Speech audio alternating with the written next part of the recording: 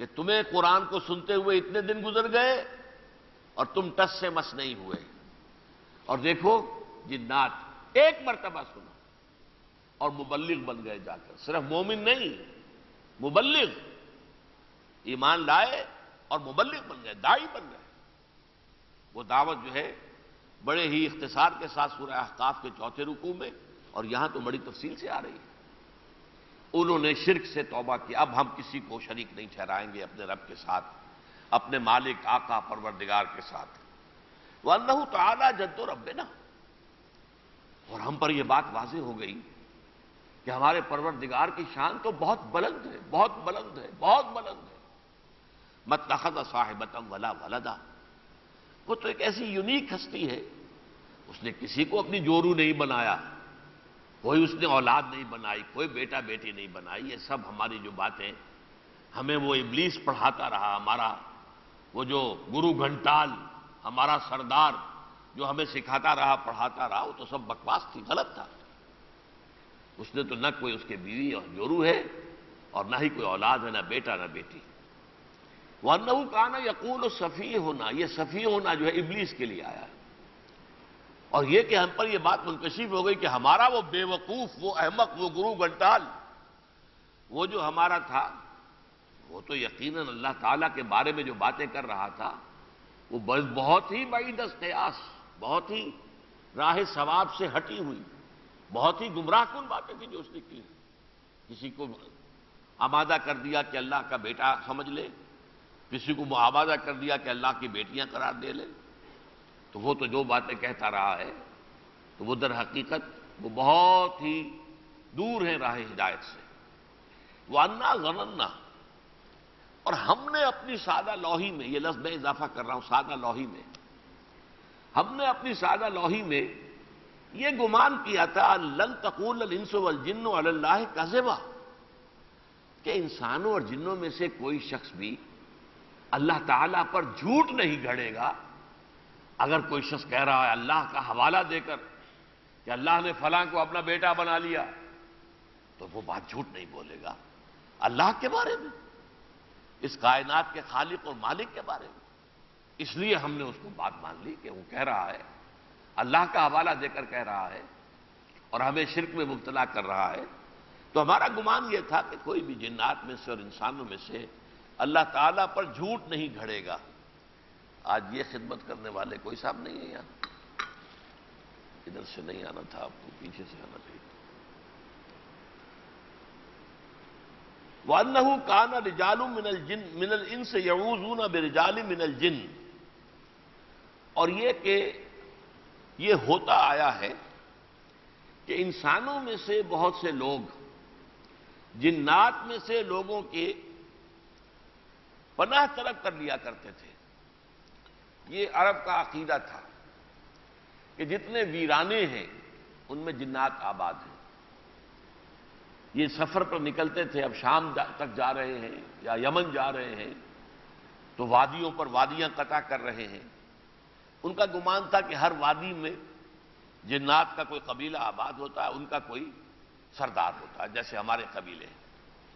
تو اگر ہم نے ان کی پناہ طلب نہ کی تو وہ ہمیں ستائیں گے، رات کو ہم سوئیں گے اور وہ ہمیں نقصان پہنچائیں گے. تو وہ بلند آواز سے کہتے تھے کہ ہم اس وادی کے جن سے کی پناہ میں آتے ہیں، اپنے آپ کو اس کی پناہ میں دیتے ہیں، جیسے ہم اللہ تعالیٰ کی پناہ میں دیتے ہیں. اعوذ باللہ من الشیطان الرجیم، ہم اللہ کی پناہ طلب کرتے ہیں، اللہ کی پناہ میں آتے ہیں شیطان رجیم سے بچنے کے لیے. اس طرح وہ اعلان کرتے تھے. اب اس سے کیا ہوتا تھا کہ وہ اگلا ٹکڑا جو ہے آیت کا، اس کے 2 معنی لیے گئے ہیں. فَزَادُوهُمْ رَهَقًا، اس سے ان کے اندر سرکشی اور بڑھ گئی. یعنی انہوں نے سوچا یہ انسان، یہ تو مسجود ملائک تھا، آدم کی نسل ہے، ہم سے بہت بلند و بالا اللہ نے ان کو بنایا، اور یہ ہماری پناہ طلب کر رہے ہیں.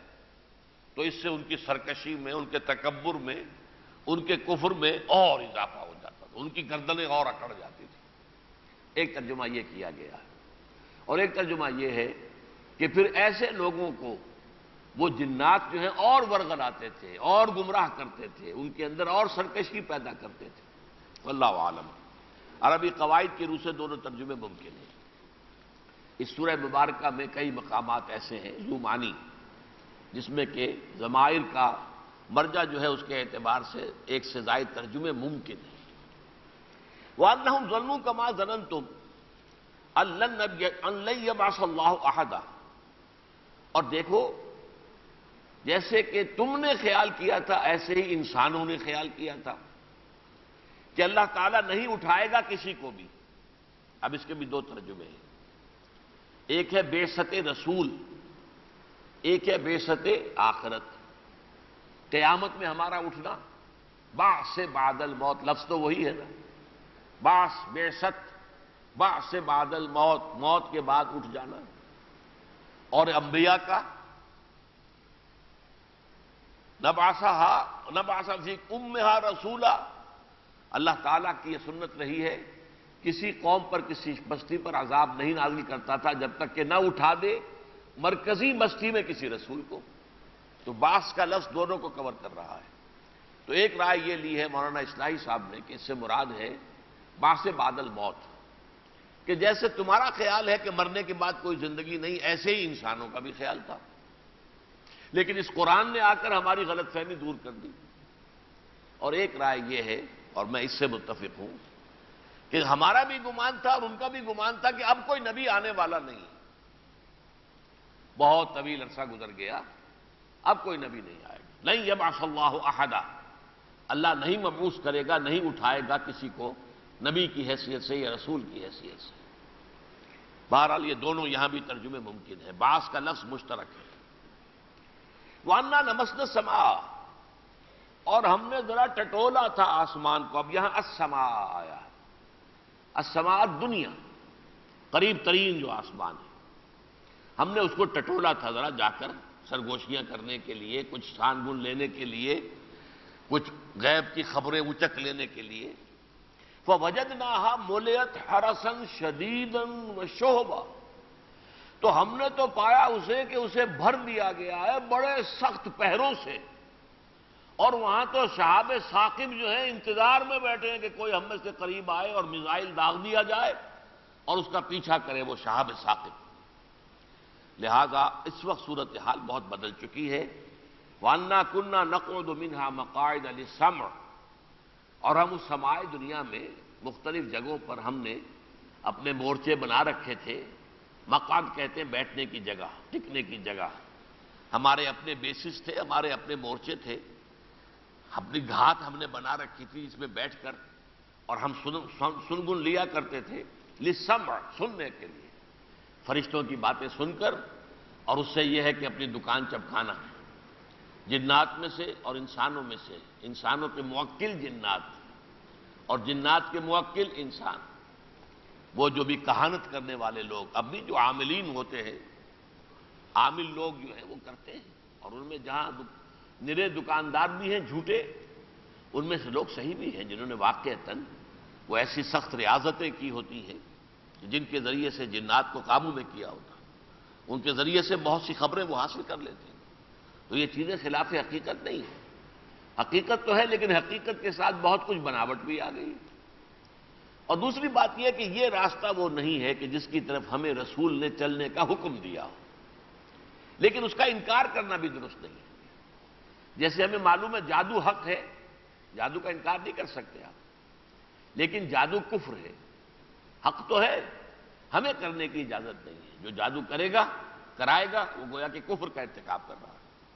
اسی طرح یہ عملیات کا معاملہ اپنی جگہ درست ہے، البتہ یہ کہ اس کی دعوت، اس کی تلقین یا تبلیغ ہمیں نہیں کی گئی ہے، لیکن یہ کہ اگر کچھ لوگ کرتے ہیں تو اس میں کوئی اس میں کفر والی بات نہیں ہے، اسے اچھے مقاصد کے لیے بھی استعمال کیا جا سکتا ہے، اس سے بہتر کام لوگوں کے جو ہیں، لوگوں کی تکلیفات کو رفع کیا جا سکتا ہے، لہذا وہ کوئی حرام شے نہیں ہے۔ وَأَنَّا لَمَسْنَا السَّمَاءَ فَوَجَدْنَاهَا مُلِئَتْ حَرَسًا شَدِيدًا وَشُهُبًا، ہم نے ذرا ٹٹولا تھا سانگن لینے کے لیے اپنے جو گھاتے ہیں ان میں جا کر، تو دیکھا وہاں تو پہرے بڑے سخت لگ گئے اور بڑے شہاب ثاقب جو ہیں وہ منتظر ہیں۔ وَأَنَّا كُنَّا نَقْعُدُ مِنْهَا مَقَاعِدَ لِلسَّمْعِ فَمَن يَسْتَمِعِ الْآنَ، جو کوئی اب سن گن لینے کی کوشش کرے گا، یجد لہو شہابا رصدا، تو وہ پائے گا اپنے لیے کہ ایک شہاب ثاقب جو ہے منتظر بیٹھا ہوا گویا کہ بس صرف ٹریگر دبانے کی دیر ہے کہ وہ آئے گا اس کے پیچھے۔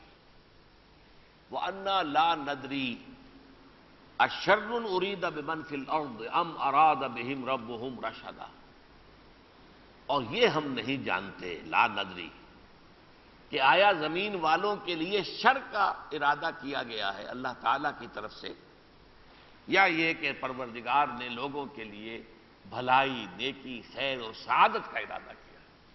یہ بڑی گہری آیت ہے، اس کا مطلب ہے کہ وہ لوگ نبوت اور رسالت کا جو فلسفہ ہے اس سے بخوبی واقف تھے کہ رسول کی بعثت کے بعد اب ظاہر بات ہے دو انجام لازمی ہیں، یا تو لوگ ایمان لے آئیں تو سعادت ہے، خیر ہے، رحمت ہے اللہ تعالیٰ کی طرف سے، نیکیاں، بھلائیاں، برکات۔ انکار کریں گے تو تباہی۔ رسول کا انکار کرنے کے بعد پھر بچ نہیں سکتے۔ قوم نوح ہلاک کر دی گئی، قوم ہود ہلاک کر دی گئی، قوم صالح ہلاک کر دی گئی۔ نبیوں کا معاملہ مختلف ہے، میں رسولوں کی بات کر رہا ہوں۔ یہ علیحدہ موضوع ہے، نبی اور رسول میں کیا فرق ہے، میں نے متعدد مواقع پر اس میں اپنی بات بیان کی ہے، لیکن آج موقع نہیں ہے۔ تو رسول کی آمد کے بعد لازماً یا تباہی، بربادی بہت بڑے پیمانے پر، پوری قوم نسیم منسیہ، ان کا جو ہے بھس نکال دیا جائے، یا یہ کہ سعادت، بھلائی، خیر، نیکی، ہمیں نہیں معلوم نتیجہ کیا نکلنے والا ہے۔ وَأَنَّا لَا نَدْرِي أَشَرٌ أُرِيدَ بِمَنْ فِي الْأَرْضِ، زمین والوں کے لیے وہی فیصلہ اللہ کا ہو چکا ہے جو قوم نوح کا انجام ہوا تھا، یا قوم ہود کا، یا قوم صالح کا، یا قوم شعیب کا، یا قوم لوط کا، یا آل فرعون کا، یا یہ کہ پروردگار کی طرف سے زمین والوں کے لیے خیر، سعادت، اس کا راستہ کھولا گیا ہے۔ وَأَنَّا مِنَّا الصَّالِحُونَ وَمِنَّا دُونَ ذَلِكَ، دیکھو ہم میں سے اچھے بھی ہیں، نیک بھی ہیں، بھلے بھی ہیں، صالح بھی ہیں، اور کچھ دوسری قسم کے بھی ہیں۔ یہاں سے حکمت تبلیغ دیکھیے، مِنَّا الصَّالِحُونَ وَمِنَّا الْفَاسِقُونَ نہیں کہا، اس لیے کہ اس میں خامخواہ پرووک کرنا ہے کہ ان کو آپ گویا کہ تانا دیں گے ہم میں سے صالح ہیں تو فاسق بھی ہیں، نہیں، ہم میں سے صالح بھی ہیں، دوسری طرح کے لوگ بھی ہیں۔ وہ ثقیل لفظ استعمال نہیں کیا کہ جس سے ایک ریئیکشن پیدا ہو، ایک ضد اور ہٹ دھرمی پیدا ہو، یہ حکمت تبلیغ ہے۔ انا منا الصالحون ومنا دون ذلک، ہم میں سے نیک بھی ہیں جنات میں سے، اور دوسری قسم کے بھی ہیں۔ کننا طرائق قددا، ہمارے جو راستے ہیں، طریق کی جمع طرائق، طریق کا لفظ اس صورت میں آئے گا، ایک اور طریقت کے لفظ بھی آئے گا، طریق راستے کو کہتے ہیں۔ تو ہم مختلف راستوں میں بٹے ہوئے ہیں، کوئی نیکی کے راستے میں، فلاح کے راستے میں، صلاح کے راستے میں، خدمت خلق کے راستے میں محنت کر رہا ہے، کوئی خرابی میں، شرارت میں، فسق میں، فجور میں، چوری میں، ڈاکے میں، شراب میں اور زنا میں، اس راستے پہ پڑا ہوا۔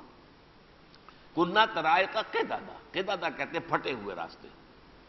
یہ قدت قمیصہ من دبر، حضرت یوسف کا جو کرتا تھا وہ پشت کی طرف سے پھاڑ دیا تھا اس امراۃ العزیز نے، وہاں لفظ قدہ آیا ہے، قدت قمیصہ، تو قددا پھٹے ہوئے راستے۔ وَأَنَّا ظَنَنَّا أَن لَّن نُعْجِزَ اللَّهَ فِي الْأَرْضِ، اور ہم نے یہ گمان کیا تھا، اور یہاں یہ ظن کا لفظ جو ہے یقین کے معنی میں آیا۔ ظن کے مختلف مدارج ہیں، ایک ظن صرف گمان، خیال، ایک جسے ہم کہتے ہیں گمان غالب ہے، ظن واثق ہے، یہ یقین کے بہت قریب پہنچ جاتا ہے۔ وَأَنَّا ظَنَنَّا أَن لَّن نُعْجِزَ اللَّهَ فِي الْأَرْضِ، ہم نے یہ تو سمجھ لیا تھا کہ ہم اللہ کو ہرا نہیں سکتے، شکست نہیں دے سکتے زمین میں بھی، وَلَن نُعْجِزَهُ هَرَبًا، نہ یہاں سے بھاگ کر کہیں مریخ پر جا کر، جیسا کہ میں نے کہا میرا گمان یہ ہے کہ سولر سسٹم جو ہے وہاں تک ان کی رسائی ہے، اور میرے گمان میں سماعت دنیا سے مراد جو ہے واللہ عالم، یہ میں یقین کے ساتھ نہیں کہہ رہا، لیکن سماعت دنیا جو ہے وہ سولر سسٹم جو ہمارا ہے اس کا جو آخری کنارہ ہے وہ سماعت دنیا ہے، واللہ عالم۔ تو انہوں نے کہا کہ ہم کہیں بھی بھاگ جائیں اللہ تعالیٰ جو ہے اس کی پکڑ سے بچ نہیں سکتے، ہم ہرا نہیں سکتے اللہ کو، عاجز نہیں کر سکتے۔ وَأَنَّا لَمَّا سَمِعْنَا الْهُدَىٰ آمَنَّا بِهِ۔ اور ہم نے تو دیکھو بھائی جیسے ہی ہدایت کی بات سنی ہم ایمان لے آئے۔ دیکھیے سادگی، دیکھیے ان کی سادگی، وارفتگی، اور کس قدر قریب ہیں، جس کو کہنا چاہیے کہ سلیب الفطرت ہونے کے اعتبار سے۔ ہم نے جب ہدایت کی بات سنی ایمان لے آئے۔ فَمَن يُؤْمِن بِرَبِّهِ فَلَا يَخَافُ بَخْسًا وَلَا رَهَقًا۔ تو جو کوئی بھی اپنے رب پر ایمان لائے گا وہ نہ تو کسی کمی کا اندیشہ رکھے گا کہ اللہ اس کے اعمال میں سے جو ہے معاذ اللہ وہ جو ہے ڈنڈی مار لے اور کم کر دے، یہ نہیں کرے گا۔ ولا رہقا، نہ کوئی زیادتی کرے گا کہ ان پر بلا سبب کوئی عذاب، کوئی سزا مسلط کر دے جس کے لیے کوئی جواز نہ ہو، جس کے لیے کوئی سبب نہ ہو۔ وَأَنَّا مِنَّا الْمُسْلِمُونَ وَمِنَّا الْقَاسِطُونَ۔ اور دیکھو اب ذرا کھل کر بات کی، جیسے جیسے کوئی سننے کے لیے آمادہ ہو۔ ایک لوگ تو وہ ہوتے ہیں پہلی بات سنتے بھاگے چھوڑ گئے، ایک وہ ہے جو اب تک سن رہے ہیں تو گویا کہ ان کے دل زیادہ آمادہ ہو گئے ہیں تو اب بات کھول کر بھی کی جا سکتی ہے۔ وَأَنَّا مِنَّا الْمُسْلِمُونَ، دیکھو ہم میں سے وہ بھی ہیں کہ جو فرما بردار ہیں اللہ کے، اللہ کو ماننے والے ہو سکتا ہے وہ، اور مشرک جو ہوتا ہے وہ بھی تو اللہ کو مانتا ہے۔ مشرک تو اسی کو کہتے ہیں جو اللہ کو ماننے کے ساتھ کوئی چھوٹے اللہوں کو، چھوٹے خداؤں کو مانے، چھوٹے الہوں کو مانے، ورنہ اللہ کا انکار تو شرک میں نہیں ہے۔ شرک کے معنی شریک کر دینا، تو کسی کے ساتھ شریک کریں گے، کون ہے وہ بڑا اللہ ہے۔ بارہا میں نے عرض کیا ہندوستان میں مہادیو ایک ہی ہے، دیوی دیوتا بے شمار ہیں، ان کا شمار ہی نہیں ہو سکتا۔ مہادیو وہ تو ایک ہی ہے، مہا سب سے اونچا، اسی طرح گاڈ بڑے جی سے، کیپٹل جی سے لکھا جاتا تھا، تو گریک سویلائزیشن ہو یا رومن سویلائزیشن ہو، وہ گاڈ تو ایک ہی ہے، اس کے ساتھ تو کوئی اور شریک نہیں ہے، وہ تو ایک ہی ہے۔ اومنی پوٹنٹ، اومنیشینٹ، اومنی پریزنٹ، یہ تین اس کے ایٹریبیوٹس ہیں، یہ اس کی صفات ہیں۔ وہ ہر جگہ موجود، ہر شے پر قادر، علی کل شیء قدیر، اور ہر شے کا جاننے والا، بکل شیء علیم۔ لیکن گاڈز اینڈ گاڈیسز وہ پھر چھوٹے جی سے لکھتے ہیں، گاڈز اینڈ گاڈ، وہ بے شمار۔ یہی عرب میں تھا، مشرکین اللہ وہ ایک ہی تھا، آلہہ تھے بے شمار، بہت سے چھوٹے خدا تھے۔ تو ہم اس بڑے اللہ کے ماننے والے، اور ان میں سے بہت سے لوگ ہم میں سے ہیں جو ان کی پیروی، اس کے حکم مانتے ہیں۔ وَمِنَّا الْقَاسِطُونَ، اور ہم میں سے وہ بھی ہیں جو ناانصاف ہیں، ظلم کرتے ہیں، اللہ کی حق تلفی کرتے ہیں، اللہ کے حق میں کسی اور کو شریک کر دیتے ہیں، کسی کو اللہ کا برابر بنا دیتے ہیں۔ یہ ذرا نوٹ کیجئے گا، یہ لفظ قسط جس کے معنی ہے عدل، یہ لکھا لفظ عجیب ہے۔ یہ جب یہ آئے گا ثلاثی مجرد سے تو اس کے معنی بے انصافی کرنا، اور جب آئے گا وہ باب افعال میں اقساط تو اس کے معنی ہے عدل کرنا۔ مقسط اللہ ہے، قاسط وہ انسان ہے جو نافرمانی کرنے والا، قاسطون اور مقسطون، ان میں زمین و آسمان کا فرق ہو جائے گا، برعکس ہو جائے گا۔ فمن اسلم فاولئک تحروا رشدا، تو جو بھی فرما برداری اختیار کر لیتا ہے اللہ کی، تو وہ لوگ تو وہ ہیں کہ جنہوں نے خوب جانچ پرکھ کر ہدایت کا راستہ اختیار کر لیا۔ تحرّ ہوتا ہے اندازے کرنا، انہوں نے خوب سوچ بچار کر کے، اندازے کر کے ہدایت اور کامیابی اور سعادت کی راہ اختیار کر لی۔ وَأَمَّا الْقَاسِطُونَ، اور وہ لوگ کہ جو ظالم ہیں، یہی ظلم کا لفظ آتا ہے مشرک کے لیے قرآن مجید میں، اِنَّ الشِّرْكَ لَظُلْمٌ عَظِيمٌ، سب سے بڑا ظلم جو ہے وہ شرک ہے۔ اما القاسطون، جو ظالم ہیں، فَكَانُوا لِجَهَنَّمَ حَطَبًا، تو وہ جہنم کا ایندھن بن کر رہیں گے۔ اب ذرا ثقیل انداز میں بھی انذار اور تہدید کا رخ اختیار کیا گیا۔ اب یہاں تک تو گفتگو جو تھی وہ تھی ان جنات کی جو انہوں نے اپنے قوم کو تبلیغ کی ہے۔ اب یہاں سے بات شروع ہو رہی ہے حضور کی، اور حضور کے جو مخاطب تھے اس وقت کے قریش مکہ۔ وَأَن لَّوِ اسْتَقَامُوا عَلَى الطَّرِيقَةِ، اور اے نبی یہ لوگ، آپ کی قوم، یہ قریش جو جن کی طرف آپ اولاً مبعوث کیے گئے، آپ کی بعثت خصوصی الی اہل العرب، اور ان میں اخص الخواص وہ ہیں قریش، جن میں سے آپ خود تھے۔ لیکن اگر یہ لوگ طریقت پر چلتے رہتے، اب یہ لفظ طریقت آ گیا جو ہمارے ہاں مستعمل ہے تصوف کے راستے میں۔ دو لفظ ہمارے ہاں شریعت، طریقت، اور ان دو کو تقسیم کر دیا گیا کہ دین کے جو ظاہری احکام ہیں، قانونی احکام ہیں، ظاہری ہیں، جن پر کوئی حکم لگ سکتا ہے۔ آپ کا وضو ہو گیا یا نہیں ہو گیا؟ اگر یہ کام آپ نے نہیں کیا جو وضو کے فرائض میں سے تھا، وضو نہیں ہوا۔ چاہے آپ نے کتنے ہی اہتمام کے ساتھ باقی فرائض ادا کیے ہیں، لیکن ایک فرض اگر رہ گیا ہے تو وضو نہیں ہوا۔ تو جس پر حکم لگ سکتا ہے، وہ جو پہلو دین کے اس کو ہم نے شریعت کہہ دیا۔ اور وہ جو اندرونی ہے، آپ کو حضور قلب بھی حاصل تھا کہ نہیں؟ جب نماز آپ نے پڑھی، آپ نے 17 رکعتیں تو پڑھ لی ہیں، عشاء کی نماز کی 17 پوری رکعتیں، حضور قلب حاصل ہوا، خشوع اور خضوع بھی حاصل ہوا، کہیں اللہ سے گفتگو کی نوبت بھی آئی، الصلاۃ معراج المومنین کی کیفیت بھی نصیب ہوئی۔ ظاہر بات ہے اس پر کوئی حکم نہیں لگ سکتا، یہ اندرونی بات ہے۔ اس کو طریقت سے تعبیر کرتے ہیں، شریعت، طریقت۔ قرآن میں شریعت کا لفظ بھی آیا، ویسے شرع سے اور شرع، لِكُلٍّ جَعَلْنَا مِنْكُمْ شِرْعَةً وَمِنْهَاجًا، سورہ مائدہ میں آیت آئی ہے، شرع لکم من الدین، سورہ شورى میں آئی ہے۔ لیکن یہ کہ ثم بعثناک علی شریعۃ من الامر، شریعت کا لفظ بھی ایک جگہ پر آیا ہے۔ ثم بعثناک، اب یہ موسیٰ کے بعد ہم نے اے نبی آپ کو اٹھایا ہے شریعۃ من الامر، اپنے دین کی ایک شریعت پر۔ یہاں پر شریعت سے مراد احکام ہیں دین کے، کہ ایک شریعت موسوی تھی، دین تو وہی تھا موسیٰ کا بھی جو حضرت محمد کا تھا صلی اللہ علیہ وسلم وعلیہ الصلاۃ والسلام۔ دین تو آدم سے لے کر ایندم تک اور آخر تک ایک ہی رہے گا۔ شریعتیں مختلف رہیں، منہاج مختلف رہے، طریقہ کار مختلف رہے۔ لِكُلٍّ جَعَلْنَا مِنْكُمْ شِرْعَةً وَمِنْهَاجًا، تم میں سے ہر ایک کے لیے ہم نے ایک شریعت، ایک منہاج مقرر کر دیا۔ یہاں پر طریقت کا لفظ بھی آ گیا ہے، لیکن یہ دونوں ہم مانی ہیں، اگرچہ استعمال میں ہمارے ہاں 12 صدیوں تک استعمال جو ہوتا ہے کسی شے کا، تعامل جب اس کے اندر عمل جو مسلسل ہوتا ہے تو مفہوم معین ہو جاتے ہیں، اس میں کوئی حرج نہیں ہے۔ لیکن یہاں اس کو در حقیقت اس معنی میں نہ سمجھیے جو اصطلاحی معنی ہے۔ شرع کے معنی بھی چلنا، یہ شارع عام نہیں ہے۔ شارع کس کو کہتے ہیں؟ چلنے کی، شارع طریقہ، اور طریق راستہ۔ تو شارع شریعت، چلنا، دنیا میں کیسے چلو گے، چلن کیسا ہوگا، کیا رویہ ہوگا، کیسے زندگی گزارو گے، وہ شریعت، اور وہی طریقت ہے۔ طریق کے معنی راستہ۔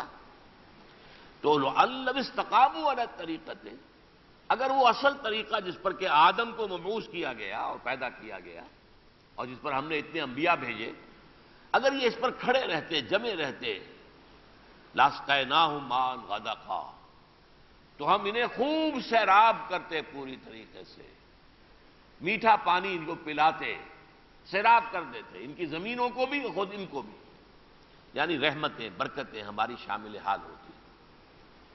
وَلَوْ أَنَّهُمْ أَقَامُوا التَّوْرَاةَ وَالْإِنْجِيلَ وَمَا أُنزِلَ إِلَيْهِم مِّن رَّبِّهِمْ لَأَكَلُوا مِنْ فَوْقِهِمْ وَمِنْ تَحْتِ أَرْجُلِهِمْ، سورہ مائدہ کی آیت ہے۔ اگر ان اہل کتاب نے تورات اور انجیل کو قائم کیا ہوتا، اس کے احکام کو نافذ کیا ہوتا، اس کے نظام کو برپا کیا ہوتا، تو آسمانوں سے بھی برکتیں نازل ہوتی، اور زمین سے بھی جو ہے، زمین بھی اپنی برکتوں کے دروازے کھول دیتی۔ یہی ہمارے لیے بھی، ہم نے قرآن کو نافذ کیا ہوتا تو آج یہ نہ ہوتا کہ ہمارا بال بال قرض میں بندھا ہوا ہے، اور اس قرض کی وجہ سے ہم جکڑے ہوئے ہیں، اب ہم غلام ہیں۔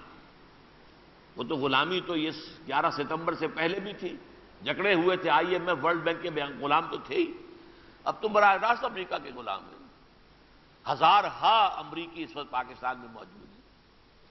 خود ان میں سے ایک نے کہا ہے کہ یہاں پہ CIA بھی ہے، FBI بھی ہے، موساد بھی ہے، سب ہے، سب کے دفاتر ہیں۔ اور اس نے کم سے کم یہ کہ FBI کے دفتر کا تو بتا دیا کہ اسلام آباد میں اس کا بڑا دفتر ہے، تو ہزاروں ان کے لوگ موجود ہیں۔ ہماری ایئرپورٹس جو ہیں، ایئر بیسز ان کے قبضے میں، ان کے حوالے میں۔ بہرحال اگر ہم نے اللہ کے دین کو قائم کیا ہوتا، وَلَوِ اسْتَقَامُوا عَلَى الطَّرِيقَةِ لَاسْقَيْنَاهُمْ مَاءً غَدَقًا، تو ہم انہیں خوب سیراب کرتے ہیں۔ لنفتنہم فیہ، پھر یہ نعمتیں جو ہماری ہوتی ہیں یہ بھی اس لیے ہوتی ہیں کہ ہم اس میں لوگوں کو آزمائیں کہ نعمتوں کا حق ادا کرتے ہیں یا نہیں، ہمارا شکر کرتے ہیں کہ نہیں۔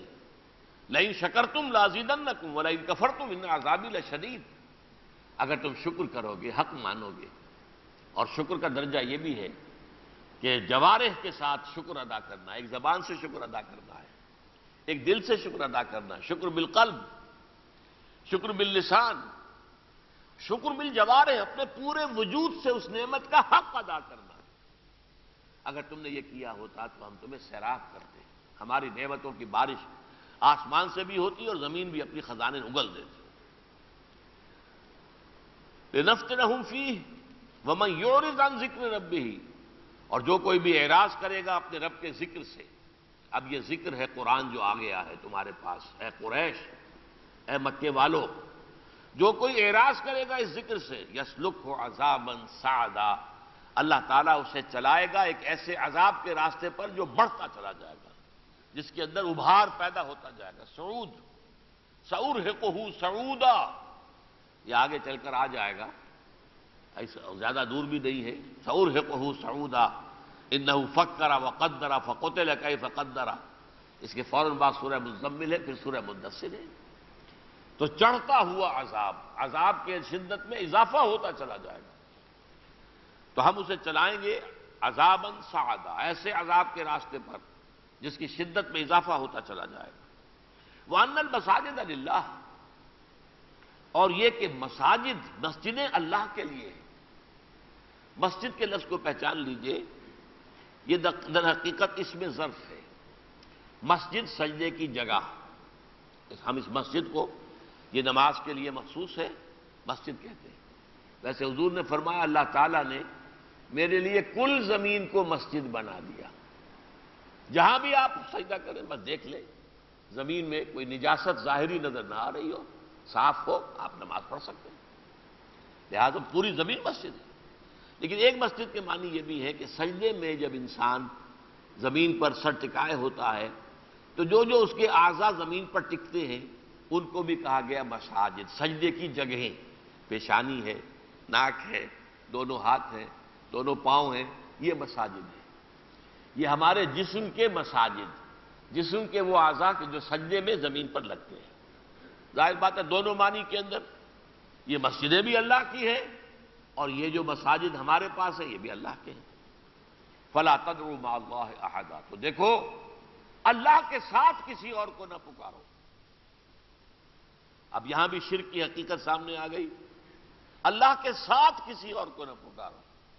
اللہ کو تو تم پکارتے ہو، اللہ کے ساتھ تم لات اور عزا اور حبل ان کو بھی پکارنے لگے، یہ شرک ہے۔ جب ذرا کو معاملہ ہوتا تھا کرائسس کا، کریٹیکل، پھر اللہ ہی کو پکارتے تھے، لا ہما لا ہما، اللہ ہی کو پکارتے تھے۔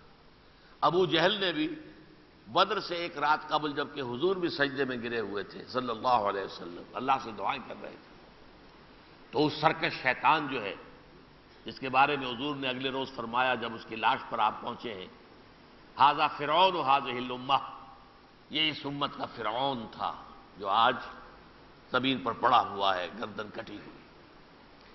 تو اس نے کیا کہا تھا، لا ہم اقطعنا للرحم فاہن الغدات، اے اللہ جس شخص نے ہمارے رحمی رشتے کٹوا دیے، باپ کو بیٹے سے جدا کر دیا، بھائی کو بھائی سے جدا کر دیا۔